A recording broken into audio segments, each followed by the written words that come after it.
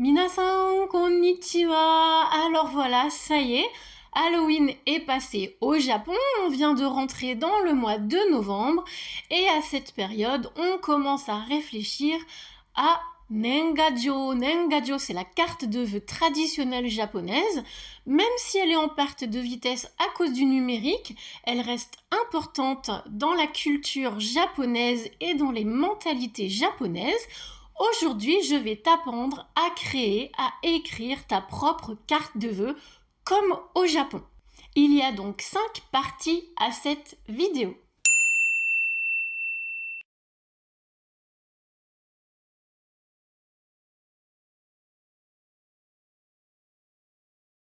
Allez, t'es prêt? C'est parti, on y va! Alors, dans cette première partie, je vais te parler de l'animal de l'année. Alors, 5 éléments importants composent une carte de vœux japonaise. Aujourd'hui, je te propose que l'on se consacre au premier élément, c'est-à-dire l'animal de l'année. Mais au fait, sais-tu comment on dit une carte de vœux en japonais? C'est pas le tout de la fabriquer, mais savoir son nom, c'est pas mal aussi.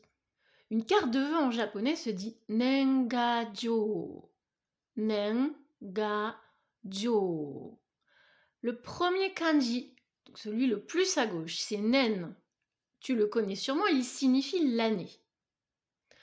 Celui du milieu, c'est Ga, les félicitations. Et enfin, celui le plus à droite, le troisième, c'est Jo. Il signifie une lettre ou des circonstances. Nengajo est donc une lettre de félicitations pour l'année. Nengajo. Alors, tu vas me dire pourquoi se parler de l'animal de l'année? Eh bien, parce que traditionnellement, sur les cartes de vœux japonaises, on fait figurer soit un symbole de l'animal de l'année, soit son kanji. Il faut qu'il apparaisse la plupart du temps. C'est le cas. Donc, il va falloir qu'on fasse pareil, nous, cette année, pour construire notre carte de vœux japonaise. Alors, comment savoir l'animal de l'année? Comment ça fonctionne? Je t'explique. Alors, je t'ai dit qu'on allait se consacrer à l'animal de l'année.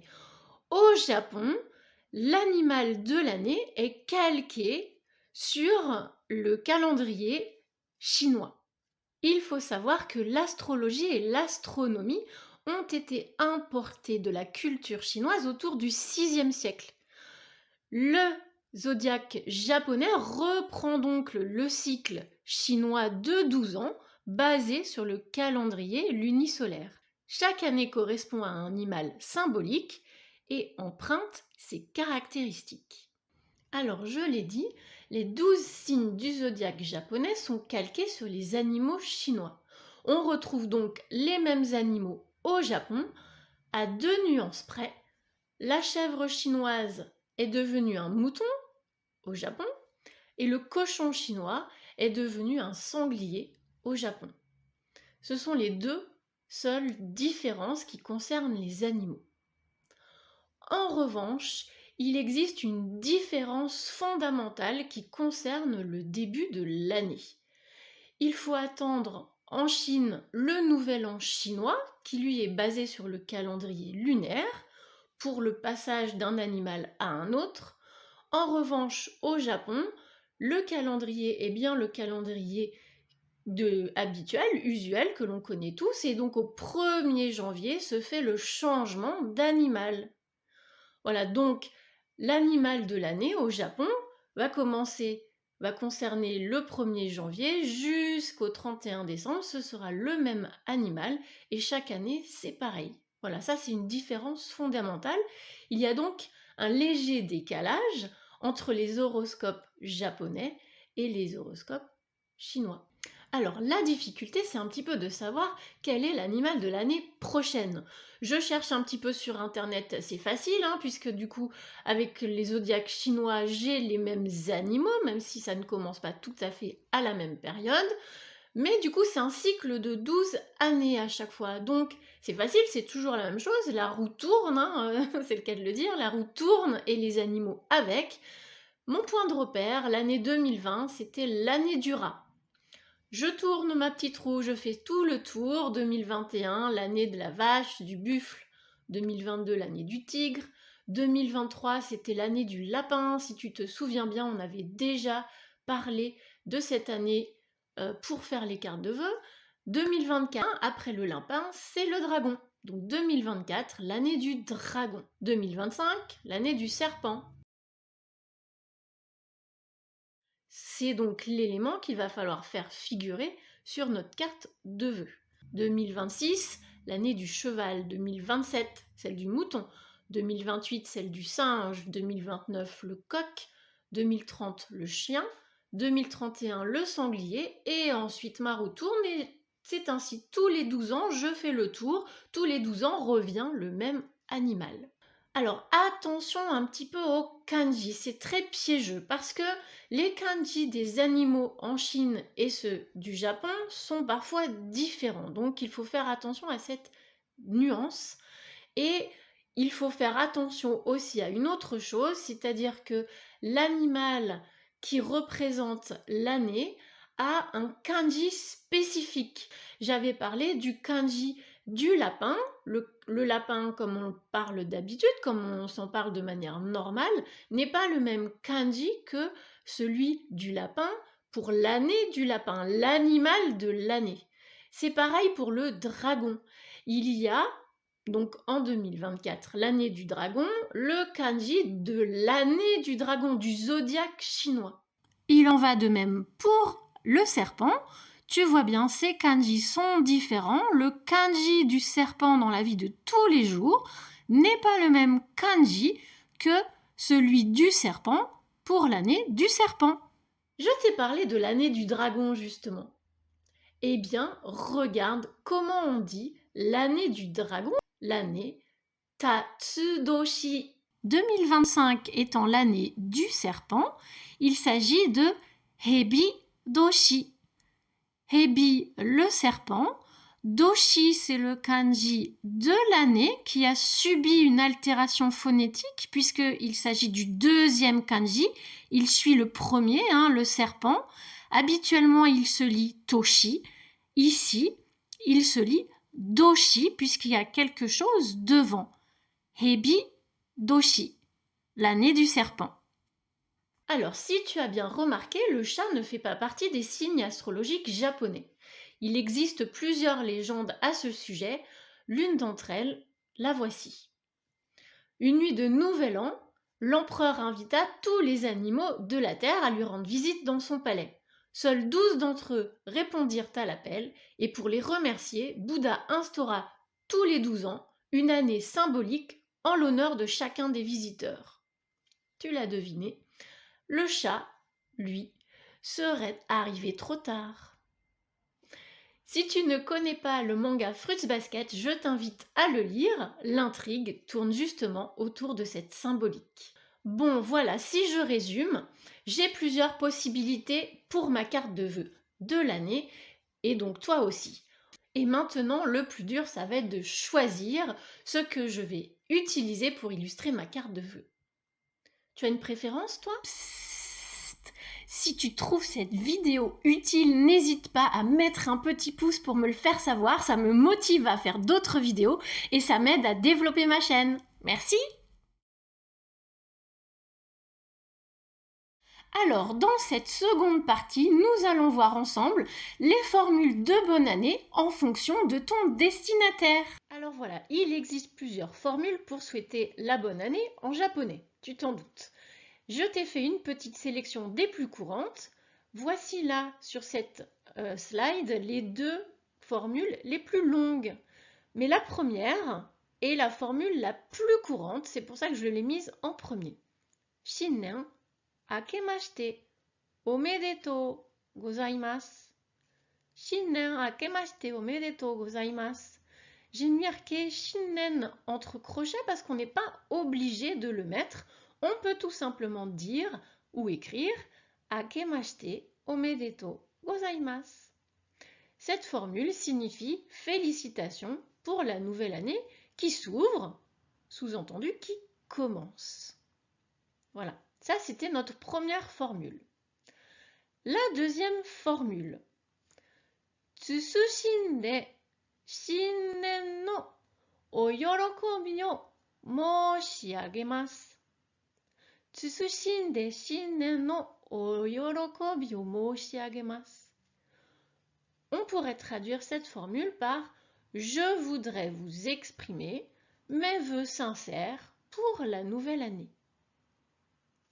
Voilà, là ce sont les formules les plus longues. On va passer à des formules plus courtes. Je te propose des formules plus courtes. Parmi celles-ci, voici la première. Tout simplement, Kinga Shinnen. Bonne année. Ou Kyoga Shingen. Meilleurs vœux de bonne année. Tout ça, ce sont des formules que l'on peut écrire sur notre carte de vœux et donc il faut choisir parmi toutes ces formules. Nous commençons ici par une formule traditionnelle, Geishun, qui signifie accueillons le printemps. C'est le 5e petit point. Geishun signifie accueillons le printemps, et oui, puisqu'avant, le Japon n'utilisait pas le calendrier grégorien. Et de ce fait, la nouvelle année arrivait plus tard dans l'année, plus proche des beaux jours, du printemps, comme le calendrier chinois.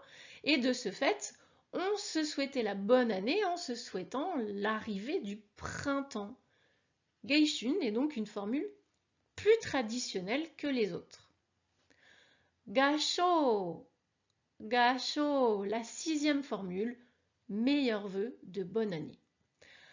Alors jusque-là, ce sont des formules que l'on utilise pour souhaiter la bonne année tout simplement sur une carte de vœux. Je t'ai rajouté, mais on ne la trouve pas sur les cartes de vœux, Akeome, qui signifie bonne année, qui est tout simplement la version courte de la première formule que nous avions vue. Akemashite omedetou gozaimasu. Akemashite s'est trouvé abrégé en ake. Omedetou s'est retrouvé abrégé en ome. On les a collés ensemble. Akeome, bonne année. Ça, c'est une version un peu Jones que l'on retrouve sur les réseaux sociaux notamment pour se souhaiter des vœux, mais on ne l'écrit pas sur la carte de vœux. Voilà, j'ai simplement voulu la rajouter pour te faire profiter de cette information, mais elle n'est pas assez formelle pour l'utiliser sur un écrit, sur un message donc écrit à la main ou imprimé comme une carte de vœux. Je te conseille donc de choisir parmi les 6 premières formules de bonne année pour faire figurer sur ta carte de vœux tes souhaits de bonne année. J'en profite aussi pour te rappeler qu'il ne faut pas utiliser Yoi Otoshio, qui est l'abréviation de Yoi Otoshio Omukae Kudasai, qui signifie aussi bonne année, mais qui dans sa traduction littérale nous invite à accueillir une bonne année. Cette formule ne s'utilise qu'avant le 1er janvier. Or, si tu ne le sais pas, je t'explique, au Japon, le facteur garde les cartes de vœux de bonne année jusqu'au 1er janvier et il les distribue sous forme de lots toutes ensemble en même temps le 1er janvier. Donc, la carte va arriver au 1er janvier. Il n'est donc pas possible d'utiliser cette formule sur la carte de vœux. Voilà, donc pense-y. Si tu dois envoyer une carte au Japon, en général, il faut faire en sorte, pour te donner une idée, il faut faire en sorte que ça arrive pour Noël, dernier délai. Voilà, pour Noël, dernier délai, si tu es au Japon, tu peux envoyer la carte. Il faut donc que tu prévois, si tu n'es pas au Japon, le délai de la poste internationale pour que ça arrive à peu près à Noël. Parce que si tu loupes cette date, alors le facteur va distribuer ta carte. Ça serait dommage. Le but, c'est que ça arrive vraiment de manière traditionnelle avec toutes les autres cartes. Du coup, vise bien à les derniers délais Noël pour que le facteur la mette avec les autres et que du coup, la famille à qui tu envoies ta carte de vœux puisse la recevoir avec toutes les autres cartes le 1er janvier dans sa boîte aux lettres. Et maintenant, le plus dur, ça va être de choisir ce que je vais utiliser pour illustrer ma carte de vœux.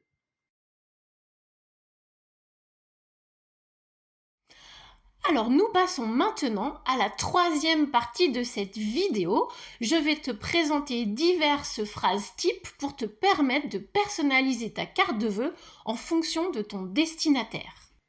Aujourd'hui, nous allons donc nous attaquer aux messages personnalisés que tu peux écrire sur ta carte de vœux, que ce soit des messages formels, des messages informels. Je te présente diverses phrases types pour pouvoir t'aider à inscrire sur ta carte de vœux cette année. Alors, nous allons voir ici plusieurs phrases types afin de pouvoir personnaliser ta carte de vœux en fonction du destinataire de ta carte. Les messages que tu peux écrire sur ta carte seront donc d'un niveau plus ou moins formel en fonction de à qui tu envoies cette carte. J'ai donc fait une classification, nous allons partir du plus formel et descendre pour aller vers le moins formel. Quel que soit le destinataire de ta carte de vœux, tes formules pourront exprimer par exemple la gratitude pour l'année écoulée, demander encore du soutien pour l'année à venir, ou encore souhaiter une bonne santé. Il y a plusieurs types de formules personnelles que l'on peut écrire sur une carte de vœux. On commence, on va voir ça ensemble. Pour ce niveau formel, il y aura encore deux autres formules formelles qui viennent.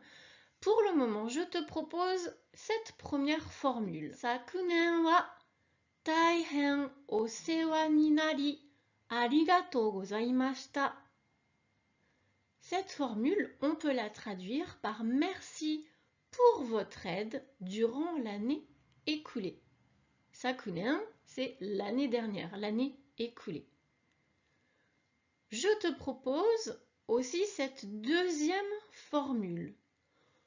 Honnen mo douzo yoroshiku onegai shimasu. Je demande, onegai shimasu, je demande la continuation de vos faveurs pour cette année. En passant, on peut voir que les formules que je te propose ici ne sont pas incompatibles. Tu peux très bien les utiliser l'une et l'autre sur une carte de vœux. Il n'y a aucun problème. Ce sont tes choix. Tu choisis celle que tu veux. Toujours dans un niveau formel, je te propose ces deux autres formules. Minasama no gokenko o oinori moshi agemasu. Je vous souhaite gokenko, c'est la bonne santé. Je vous souhaite à tous une bonne santé. Minasama, c'est tous. Je vous souhaite à tous une bonne santé. Et enfin, cette dernière formule, bon, on peut presque dire double formule, hein, parce que tu vois, les petits ronds, ce sont des points, donc je te propose deux phrases cette fois-ci. La première, Kyunenchu wa taihen osewa ni nari, kokoro yori orei moshiagemasu. Cette phrase, cette formule signifie « Je vous suis reconnaissant du fond du cœur pour votre aide durant l'année écoulée ». Et donc la deuxième phrase « Honnen mo douzo yoroshiku onegai itashimasu ». Cette phrase signifie « J'espère vivement la continuation de vos faveurs » Honnen pour cette année aussi. Voilà, là je t'ai proposé 4 styles différents de messages personnalisés d'un niveau formel. Tu peux les choisir soit de manière unique, soit en les combinant. On va descendre d'un niveau, on va aller sur un niveau moins formel. Dans cette cinquième formule, dans cette phrase type, je te propose de commencer par exemple par un prénom. Le prénom de ton choix, par exemple, si je veux écrire moi un mot à mon ami Izumi, je vais donc dire Izumi-chan, ni totte subarashii toshi ni narimasu you ni. Voilà, je fais suivre le prénom de Chan et je continue ma phrase. Cette phrase signifie en français que cette année te soit magnifique. Et si on doit utiliser le prénom pour être vraiment exact dans la traduction, même si c'est pas très naturel en français, que cette année te soit magnifique, Izumi. La 6e proposition que je te fais est celle-ci. Mata Nihon de aimashou ne. On pourrait traduire cette phrase par revoyons-nous au Japon. Tu vois, je t'ai mis en rose ce que tu peux changer. Tu peux très bien remplacer le mot Japon par le mot France. Voilà. Donc là, tu fais un petit peu à ta sauce. Tu peux aussi remplacer par une ville. Voilà, tu adaptes le message en fonction de ce que toi, tu as envie de faire passer. Si je veux dire par exemple, revoyons-nous à Nagoya, ma ville fétiche, Mata Nagoya de aimashou ne. Voilà, j'ai remplacé Nihon par Nagoya. Là, j'étais sur des niveaux un petit peu intermédiaires. Si je descends d'un cran, là, je vais arriver sur des niveaux informels. Dans ces niveaux informels, je vais te proposer plusieurs phrases types. Donc ça, c'est ce qu'on écrit à des copains, à des amis, des personnes dont on est quand même relativement proche. On n'a plus besoin de la politesse. On peut parler au neutre, il n'y a pas de souci. C'est pour ça qu'on est justement sur un niveau informel. Alors, dans cette, du coup, 7e formule que je te propose, j'ai mis en rose la France. France go, qui du coup devient la langue française, le français. France go no benkyou gambatte ne. Voilà, cette phrase signifie bon courage pour tes études de français. Je pourrais adapter en disant par exemple, en remplaçant la France par le Japon, et du coup ça me fait la langue japonaise, au lieu de France-go, la langue française, je vais avoir Nihongo, la langue japonaise, et la formule devient Nihongo no benkyou o gambatte ne. Voilà, bon courage pour tes études de japonais. Donc vous adaptez, hein, tu adaptes, c'est pour ça que je t'ai mis tout ça en rose, c'est pour bien que tu puisses identifier les choses que tu dois adapter et que tu peux adapter dans la phrase. En 8e proposition, j'ai choisi Genki ni sugoshite ne. Genki ni sugoshite ne. Genki, c'est la forme, hein, donc c'est un petit peu difficile à traduire ça en français, c'est un petit peu bizarre, mais on pourrait dire garde la forme. Voilà. C'était ma 8e proposition. Toujours dans mes niveaux informels, j'en aurai d'autres hein, à te proposer, ça vient. On arrive donc à la 9e formule. Dans cette formule, pareil, hein, ce qui est en rose, c'est ce que tu peux adapter. Je te propose Mata Nagoya ni kite ne. Mata Nagoya ni kite ne. Allez, reviens à Nagoya. Tu peux donc adapter, par exemple, si tu veux dire allez, reviens en France. Mata France ni kite ne. Voilà, reviens en France, viens à nouveau en France, hein, dans ce sens-là. 10e proposition. Kotoshi mo asonde ne. Kotoshi mo, cette année aussi. Asonde ne, c'est le verbe asobu, s'amuser. Alors, pas très facile à traduire. Amusons-nous bien cette année aussi. Sous-entendu, amusons-nous bien ensemble cette année, faisons quelque chose ensemble cette année pour nous amuser. Alors, dans cette 11e formule, Kotoshi mo yoroshiku ne, on traduit cette phrase, Kotoshi mo yoroshiku ne, je compte encore sur toi cette année. On retrouve yoroshiku, hein, très présent dans les formules japonaises.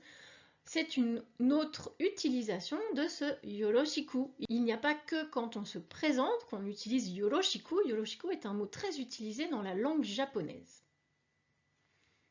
12e proposition. Mata minna de atsumaritai ne.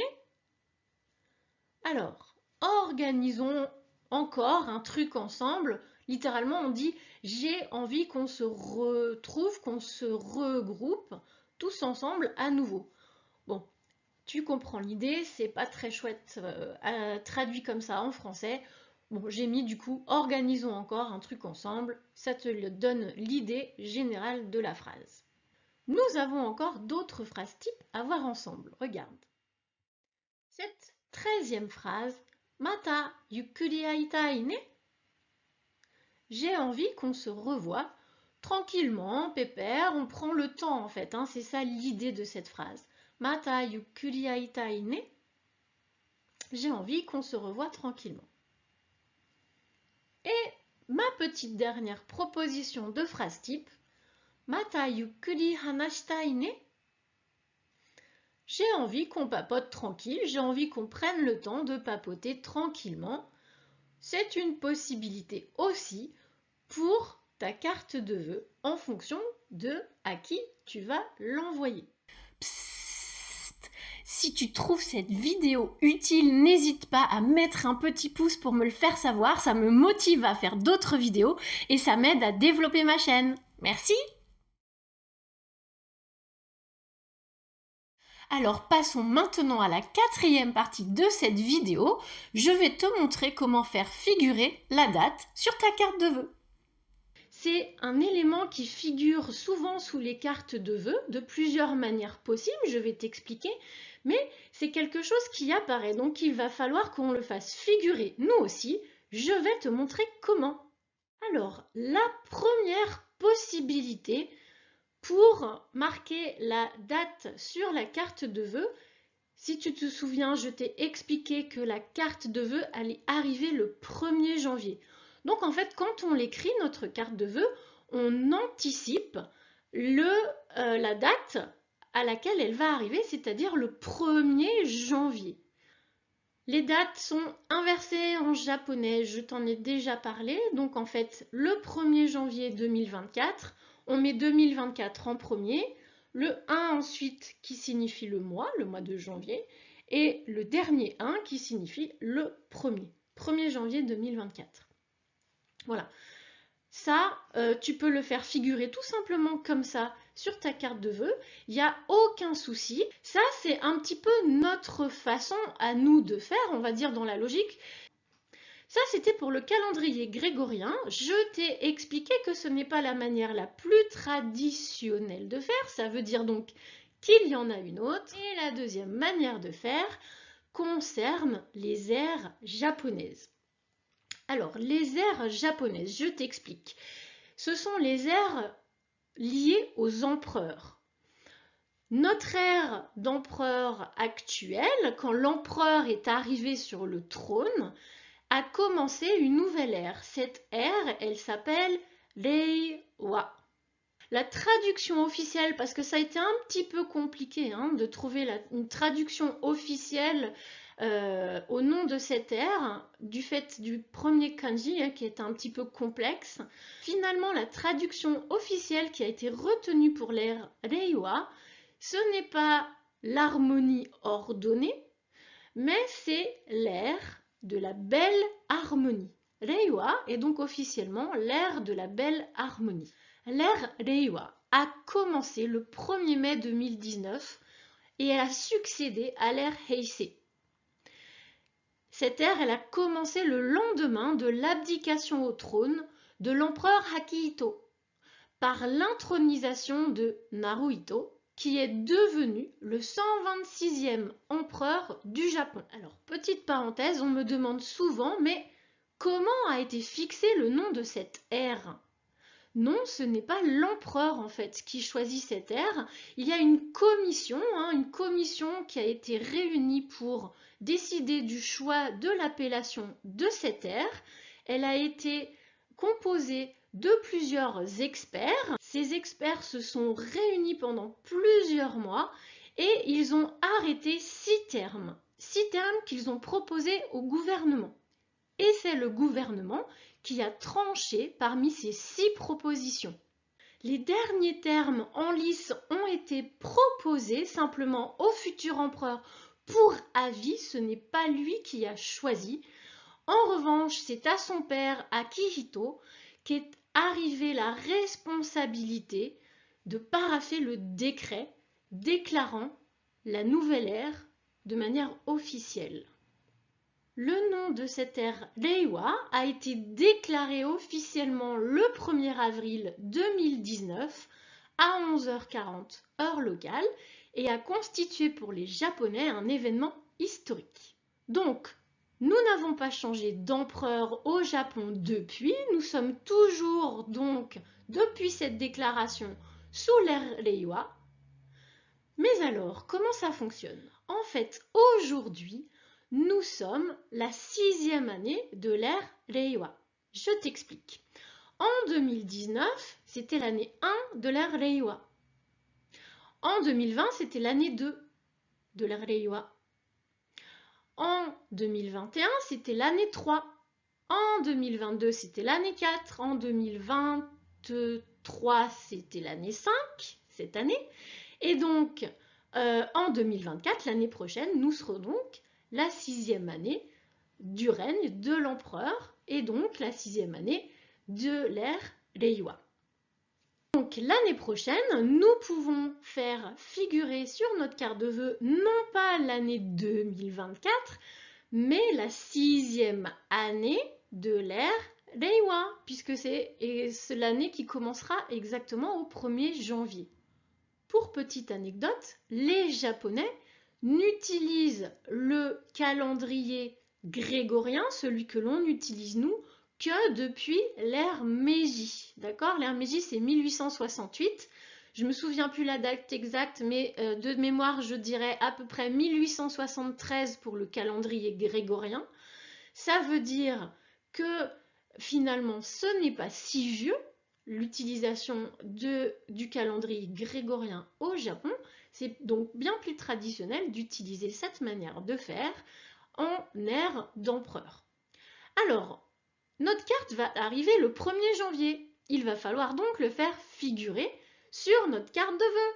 Alors, c'est là qu'interviennent les kanji de Gantan. Gantan, ça signifie le jour de l'an et c'est désigné pour le matin du 1er janvier ou la journée entière du 1er janvier.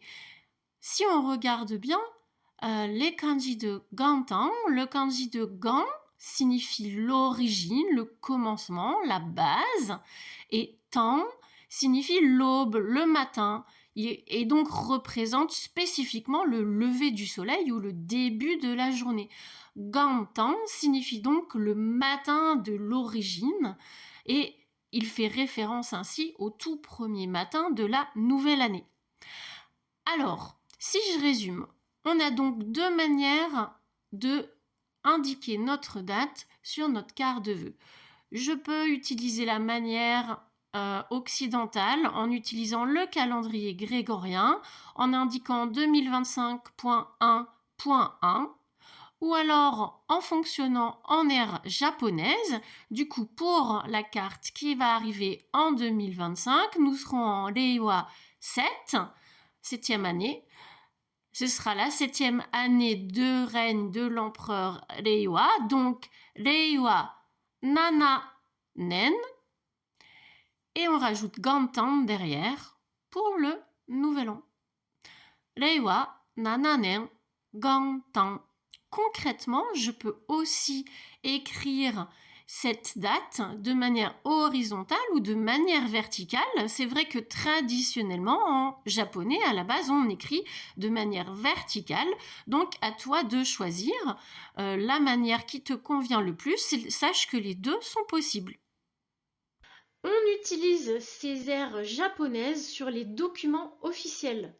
Ça m'est arrivé par exemple de devoir remplir une demande de visa il y a bien longtemps quand j'habitais au Japon et je devais renouveler mon visa. Quand je suis allée à la mairie, il fallait que j'indique ma date de naissance en ère d'empereur. C'est un document officiel. J'avais besoin donc de calculer ma date de naissance en ère d'empereur japonaise. Voilà, donc de manière moins formelle, on peut utiliser le calendrier grégorien, mais pour tous les documents officiels au Japon, il faut savoir, on va te demander de connaître tes ères d'empereur pour indiquer par exemple ta date de naissance. Sache-le, ça t'évitera des embrouilles. Alors évidemment, jusqu'à maintenant, j'ai écrit le chiffre 7 en caractère arabe. Mais évidemment, ce chiffre 7, tu peux aussi l'écrire en kanji. Les kanji existent sur les chiffres et les nombres, donc tu peux t'en servir. Évidemment, il n'y a aucun problème. À ce moment-là, tu peux reprendre la date en mode traditionnel avec l'ère d'empereur et changer le chiffre 7 par son kanji. Si tu écris tout ça de manière verticale, ça donne vraiment une touche très japonaise à ta carte, puisque tu respectes tous les codes traditionnels. Voilà, à toi de choisir, tu fais comme bon te semble.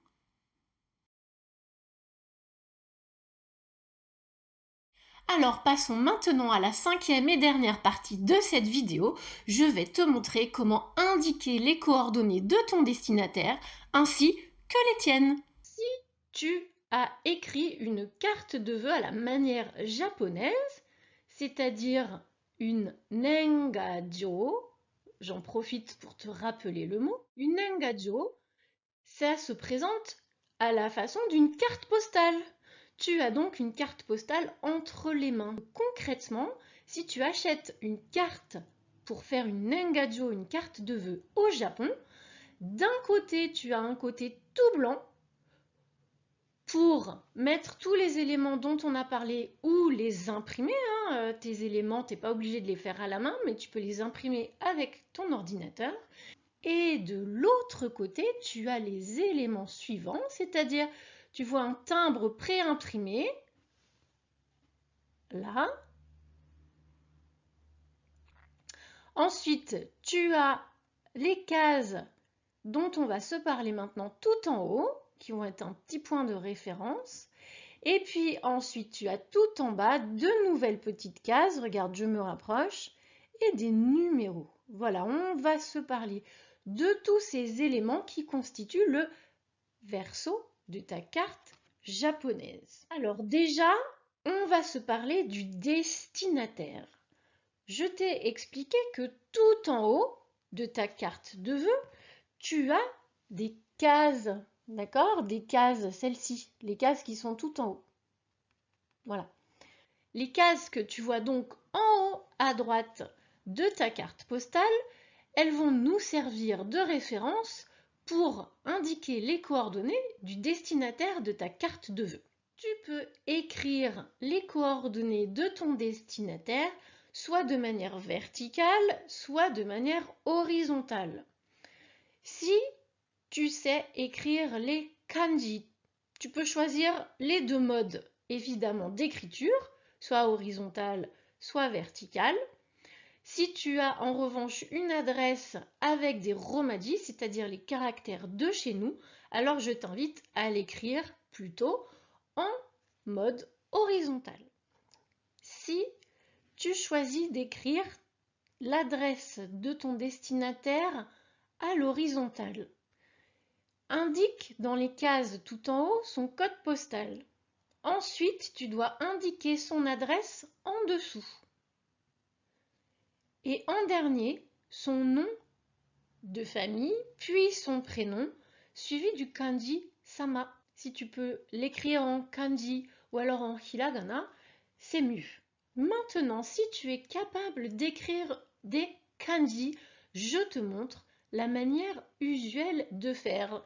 De manière traditionnelle, on écrira plutôt l'adresse en verticale, du coup, toujours le code postal dans les cases du haut, et on va respecter quelques règles. Je t'en explique quelques-unes. Il existe des règles un petit peu strictes en manière de présentation des coordonnées. Alors, le code postal, toujours dans les cases. Ensuite, tu laisses un petit peu de place, comme tu le vois sur cette image. Tu laisses de la place entre la ligne du code postal et la première ligne verticale que tu vas écrire donc à droite de la carte qui va indiquer la ville ou la préfecture, puis la ville, puis la rue de ton destinataire. Tu te décales d'un cran sur la gauche. Là, tu vois, tu laisses un petit peu plus de place encore. Et là, tu écris par exemple le nom du bâtiment, tu indiques les informations complémentaires, par exemple l'immeuble, le numéro de l'appartement, sur cette ligne, plutôt cette colonne-là. Enfin, conventionnellement, on écrit à peu près en dessous du deuxième chiffre, en partant de la gauche, du code postal, en se décalant aussi d'une petite rangée vers le bas, le nom de notre destinataire. On commence toujours par le nom, donc tout en haut, on a le nom de famille. Ensuite, on a le prénom. Et tout en bas, on ajoute le kanji qui se lit Sama. Sama, c'est monsieur, madame, en version plus polie que san. Voilà, donc là, on a indiqué l'adresse de notre destinataire. Évidemment, s'il y a besoin de rajouter Japon parce que tu envoies cette carte de l'étranger, c'est le moment de le faire aussi. Ça, c'est la manière traditionnelle, conventionnelle, d'écrire l'adresse de notre destinataire sur une carte de vœux japonaise. Il arrive aussi qu'on reçoive des cartes postales écrites en kanji avec l'adresse inscrite de manière horizontale. Voilà, je ne sais pas si tu vois bien correctement. Voilà, je zoome un petit peu. Donc tu vois bien mon code postal dans les cases. Et l'adresse, là, hop, c'était la mienne, inscrite en horizontale. Et dans ce cas-là, mon nom figure tout en bas avec le kanji de Sama derrière. Voilà, ça c'était un exemple. Tu connais maintenant les différentes manières de faire apparaître les coordonnées de ton destinataire sur ta carte postale japonaise, ta Nengajo. Maintenant, allons voir comment faire pour indiquer l'expéditeur de cette carte postale. Alors, il y a deux cas de figure pour ce qui concerne l'expéditeur. Donc tout d'abord, l'expéditeur peut tout simplement indiquer ses coordonnées. L'expéditeur, je te rappelle que dans notre cas, c'est toi. Tu peux donc inscrire tes coordonnées tout simplement sur le recto de ta carte postale. Tu peux le faire de manière horizontale ou verticale, peu importe. Ça dépend un petit peu du design que tu as utilisé et la place qu'il te reste. Donc dans un cas comme ça, cela peut rendre, tu vois, là j'avais eu une photo de quelqu'un qui m'avait indiqué ses coordonnées tout en bas.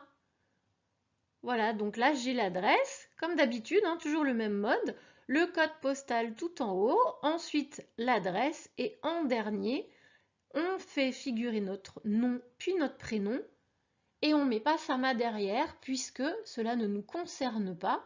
Je viens de te montrer un expéditeur qui avait inscrit son nom en japonais sur le recto de sa carte de manière horizontale, mais tu peux très bien le faire figurer toi de manière verticale.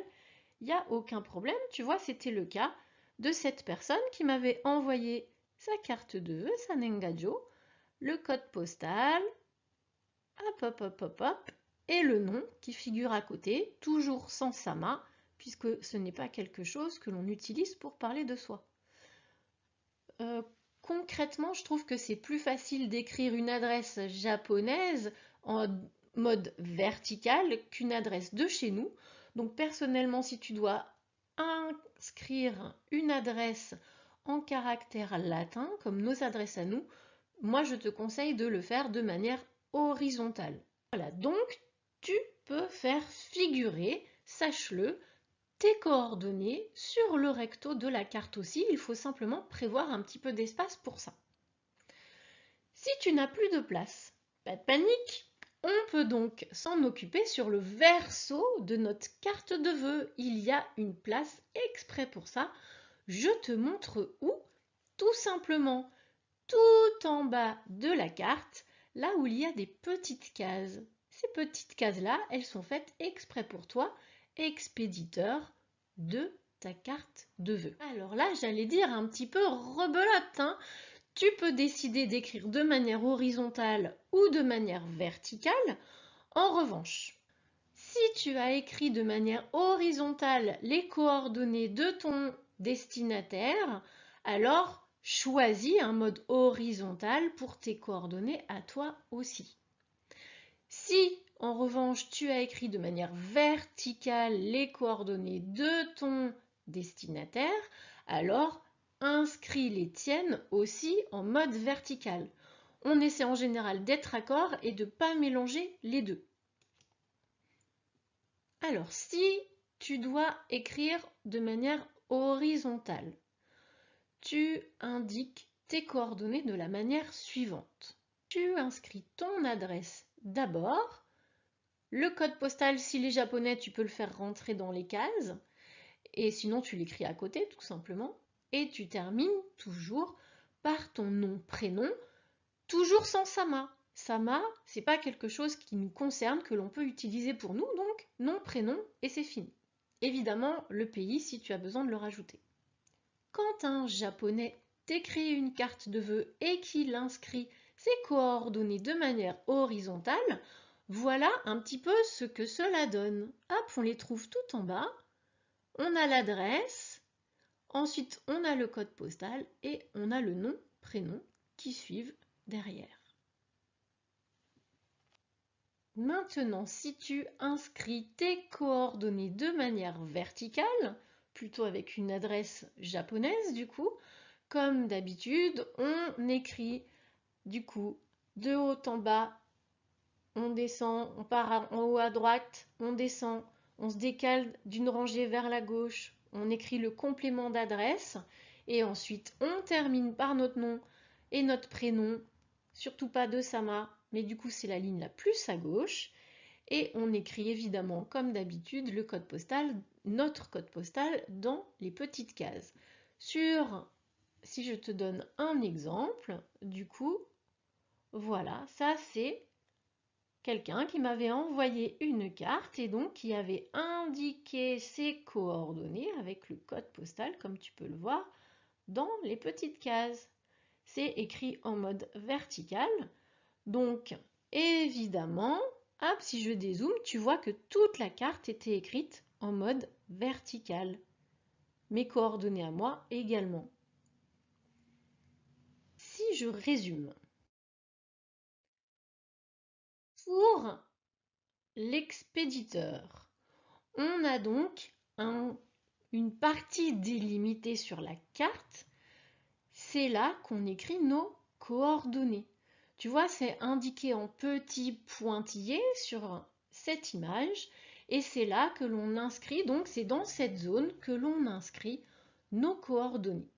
À droite, je te le répète, la ville, la rue, on se décale d'un cran. Tu vois, là aussi, on est décalé en hauteur.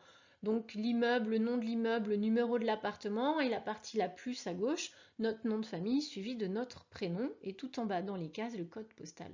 Voilà, c'est à ça que du coup va ressembler notre carte de vœux japonaise quand on écrit des adresses japonaises et qu'on l'envoie du coup du Japon vers le Japon. Ces sens-là, verticaux, sont les sens les plus traditionnels. Enfin, tu peux te demander à quoi correspondent les numéros qui sont indiqués en bas de la carte que tu reçois ou que tu envoies.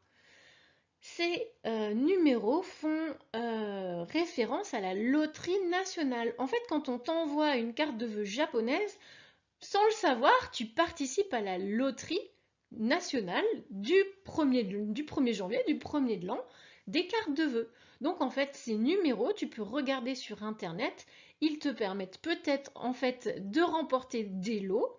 Donc vérifie-les parce que tu es peut-être le regagnant d'un lot de la loterie nationale japonaise sans le savoir. Alors, tu ne savais peut-être pas que la carte japonaise traditionnelle de vœux se faisait sous forme de carte postale. Si tu as fait une carte, préparé une carte qui a besoin d'une enveloppe, pas de panique, je vais t'aider à répondre à ta question de savoir comment j'indique les coordonnées de mon destinataire ainsi que les miennes. Tu vas voir, c'est très simple. Alors en fait, dans un cas comme ça, on ne peut pas faire plus simple. Tu fais comme ici, comme on ferait nous, pour une enveloppe comme chez nous. C'est-à-dire que sur le devant, évidemment, tu indiques les coordonnées de ton destinataire. Bon, j'ai pas besoin de te préciser que tu écris ça de manière horizontale, évidemment. Et tu fais comme d'habitude, c'est-à-dire que de l'autre côté, le verso de l'enveloppe, tu inscris tes propres coordonnées. Voilà, c'est tout simple. On ne peut pas faire plus simple, on fait comme du coup, comme chez nous. Les adresses japonaises, tu les auras peut-être en romaji. Tu peux du coup écrire en romaji ton adresse, les coordonnées de ton destinataire, il n'y a aucun souci. Si tu as une enveloppe et que tu as les adresses en caractère de chez nous de ton destinataire, alors je t'invite à faire comme on fait nous de manière usuelle, c'est-à-dire d'écrire le nom de ton destinataire en haut et son adresse ensuite en dessous, sous le mode occidental, enfin en tout cas français, d'une adresse. Évidemment, tu n'oublies pas d'indiquer les pays, tu n'oublies pas non plus d'indiquer que c'est par avion. Et moi, je te conseille, si tu veux avoir une chance que la poste japonaise te garde ta carte pour la distribuer avec les autres le 1er janvier, si tu respectes bien les dates que j'ai expliquées dans une précédente vidéo, alors tu peux faire figurer Nengajo ou Nenga sur ta carte postale. Inscris-le en kanji si c'est possible pour toi, parce que ça te donne une chance que peut-être le facteur fasse de la rétention et la mettre parmi les autres cartes de vœux de ton destinataire. Maintenant, il faut qu'on parle du timbre. Alors, effectivement, si c'est une carte postale, il va falloir affranchir notre carte postale. Ou pas. Quand on est au Japon, en fait, le format carte postale a souvent le timbre déjà pré-imprimé. Ça se voit en fait sur les cartes postales. Regarde, hop, il est déjà là mon timbre. Voilà, donc en fait, si tu habites au Japon, que tu utilises une carte que tu achètes en magasin pour faire tes cartes de vœux, le timbre est déjà pré-imprimé, pas besoin de rajouter quoi que ce soit. Évidemment, cette carte-là, si tu l'envoies ailleurs qu'au Japon de manière interne, si tu l'envoies de France pour le Japon, il va falloir lui mettre un timbre français. Donc là, tu procèdes à un affranchissement international, évidemment. Si tu es au Japon et que tu envoies une carte de vœux à l'étranger, alors à ce moment-là, tu vas pouvoir compléter ton timbre parce qu'il ne sera pas suffisant, l'affranchissement sera insuffisant, il va falloir compléter avec d'autres timbres en plus. Voilà, je te montre par exemple cette carte que j'avais reçue qui venait du Japon. J'avais donc déjà le timbre pré-imprimé, mais il a fallu que mon expéditeur, la personne qui m'a envoyé la carte, complète en rajoutant, tu le vois, un petit timbre. Donc fais attention à ce que l'affranchissement corresponde bien à ton besoin. On a tout vérifié, on a tout complété, on a tout écrit, on a mis le timbre. Il n'y a donc plus qu'à la poster. Voilà, donc il n'y a plus qu'à te rendre à ton bureau de poste pour envoyer ta carte direction ton destinataire. Et c'est comme ça que ton destinataire au Japon recevra ta carte parmi son lot de cartes japonaises que le facteur lui aura mise dans sa boîte aux lettres le 1er janvier. Et je suis sûre que ton destinataire sera ravi de tous les efforts que tu auras fournis pour lui envoyer cette carte. Et voilà, nous sommes arrivés au bout de ces 5 vidéos pour te permettre d'écrire ta carte de vœux en japonais cette année. Si tu veux m'envoyer électroniquement la carte de vœux que tu auras réalisée grâce à ces vidéos, eh bien je te laisse mon email en description de cette vidéo, donc tout en dessous de cette vidéo. Je la recevrai avec plaisir et évidemment tu peux t'attendre à ce que je te réponde.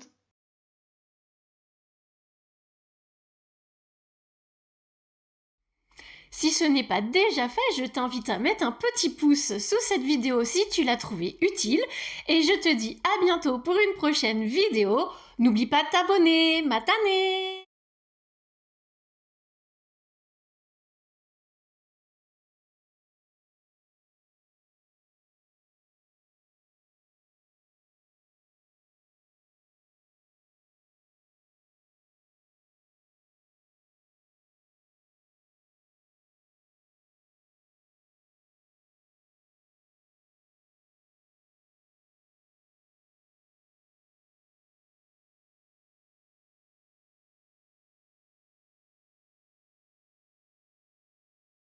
Psst.